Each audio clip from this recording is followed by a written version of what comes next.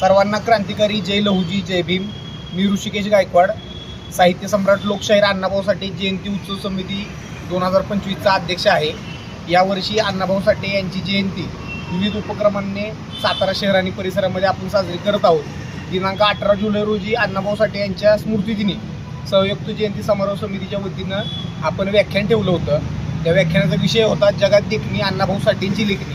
आणि त्या दिवसापासून उद्यापर्यंत आणि सलग 5 ऑगस्टपर्यंत आपण विविध सामाजिक उपक्रम राबवणार आहोत. माझं आव्हान आहे सातारा जिल्ह्यातील तमाम बहुजन बांधवांना, अण्णाभाऊंच्या साहित्यावर प्रेम करणाऱ्या तमाम जाती धर्माच्या सर्व मनुष्य बांधवांना की अण्णाभाऊंना अभिवादन करण्यासाठी दरवर्षी आपण शाहू चौकामध्ये येतो. यावर्षी अण्णाभाऊंच्या पूर्णकृती पुतळ्याचं काम असल्यामुळे पूर्णकृती पुतळा तिथलं नसल्याकारणानं सातारा नगरपालिकेच्या माध्यमातून जुनी नगरपालिका राजवाडा येथे अण्णाभाऊंचा जुना अर्धाकृती पुतळा अभिवादनासाठी ठेवण्यात आलेला आहे. त्याचबरोबर संयुक्त जयंती समारोह समितीच्या वतीनं सुद्धा डॉक्टर बाबासाहेब आंबेडकर यांच्या स्मारकाच्या शेजारील जो सभामंडप आहे तिथं देखील अण्णाभाऊंचा छोटेखानी पुतळा आम्ही ठेवणार आहोत. आणि त्या ठिकाणी उद्या विविध सांस्कृतिक कार्यक्रमाचं आयोजन देखील करण्यात आलेलं आहे. त्या कार्यक्रमामध्ये सकाळी 10 वाजता बाबासाहेब आंबेडकरांना अभिवादन करून 10 वाजता बाबासाहेब आंबेडकरांना अभिवादन करून अण्णाभाऊंच्या साहित्याची दिंडी आपण काढणार आहोत सातारा शहरामधून. त्या साहित्य दिंडीचा मार्ग हा बाबासाहेब आंबेडकरांच्या स्मारकापासून लहुजी वस्तादांना अभिवादन करून राजवाड्याकडे मार्गस्थ होणार आहे. या साहित्य दिंडीमध्ये अण्णाभाऊंच्या साहित्याचा लेखणीचा गौरव करण्यासाठी तमाम बहुजनांनी मोठ्या संख्येनं उपस्थित राहिलं पाहिजे.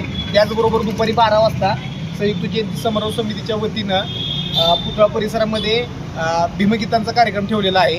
त्याचबरोबर आमचे समाजाचे नेते किरण इंगळे यांच्या माध्यमातून स्नेहभोजनाचा कार्यक्रम आहे.